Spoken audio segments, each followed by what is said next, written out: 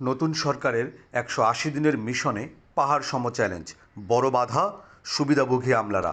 এক নতুন বাংলাদেশের লক্ষ্য নিয়ে যাত্রা শুরু করেছে নির্বাচিত সরকার। নির্বাচনী অঙ্গীকার বাস্তবায়নের হাতে নেওয়া হয়েছে ১৮০ দিনের বিশেষ কর্মপরিকল্পনা। লক্ষ্য দুর্নীতি দমন, বিদ্যুৎ, জ্বালানি, কৃষি ও সামাজিক সুরক্ষায় দৃশ্যমান পরিবর্তন আনা। কিন্তু এই মহাপরিকল্পনা বাস্তবায়নে সবচেয়ে বড় বাধা হয়ে দাঁড়িয়েছে প্রশাসনের ভেতরে থাকা রাজনৈতিক প্রেতাত্মা ও সুবিধাভোগী আমলারা। তাতে বলা চলে, কর্মপরিকল্পনা বাস্তবায়নে প্রথম ৬ মাসে চ্যালেঞ্জের মুখোমুখি হতে যাচ্ছে নতুন সরকার। ক্ষমতাসীন বিএনপি প্রতিটি মন্ত্রণালয়ের জন্য আলাদা রোডম্যাপ চূড়ান্ত করেছে। স্বরাষ্ট্রমন্ত্রী সালাউদ্দিন আহমেদ জানিয়েছেন, অগ্রাধিকার তালিকায় আছে দ্রব্যমূল্য নিয়ন্ত্রণ, সাপ্লাই চেইন ঠিক রাখা এবং বিদ্যুৎ জ্বালানি খাতের স্থায়িত্ব।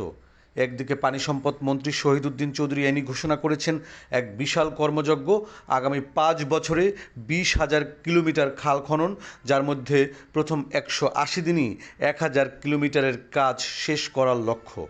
পাহাড়ি অঞ্চলেও শিক্ষা, স্বাস্থ্য ও যোগাযোগ পৌঁছে দিতে কাজ শুরু করেছেন পার্বত্য চট্টগ্রাম বিষয়ক মন্ত্রী দীপেন দেওয়ান। পরিকল্পনা যতটা সাজানো হোক, বাস্তবায়নের চাবিকাঠি আমলাতন্ত্রের হাতে। অভিযোগ উঠেছে, বিগত আওয়ামী লীগ শাসনামলে দলীয় বিবেচনায় নিয়োগ পাওয়া কর্মকর্তারা এখনও গুরুত্বপূর্ণ পদে ঝেঁকে আছেন। এমনকি জামায়াতপন্থী হিসেবে পরিচিত কর্মকর্তাদের নিয়েও প্রশাসনে রয়েছে উদ্বেগ। সবচেয়ে অবাক করা বিষয় হলো খোলস পরিবর্তন। সরকার বদলের সাথে সাথে অনেক কর্মকর্তা তাদের সোশ্যাল মিডিয়া থেকে পুরনো রাজনৈতিক পোস্ট মুছে ফেলেছেন, রাতারাতি বদলে ফেলেছেন নিজেদের আদর্শ। বিশ্লেষকরা একে দেখছেন প্রশাসনের নিরপেক্ষতার জন্য এক বড় ঝুঁকি হিসাবে।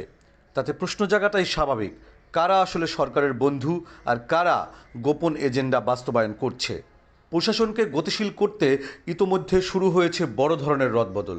গত রোববার ৫ জেলার ডিসিকে প্রত্যাহার করা হয়েছে, বদলি করা হয়েছে একাধিক সচিব ও অতিরিক্ত সচিবকে।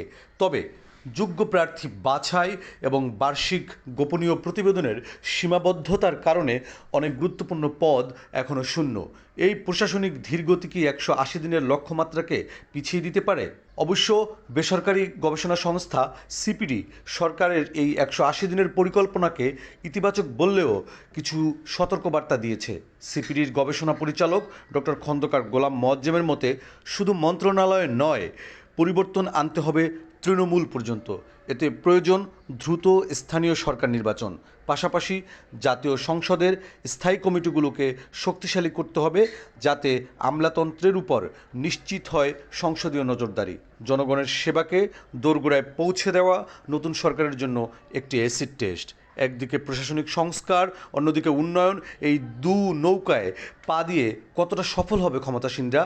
১৮০ দিন পর দেশ কি সত্যি এক নতুন প্রশাসনিক সংস্কৃতি দেখা পাবে?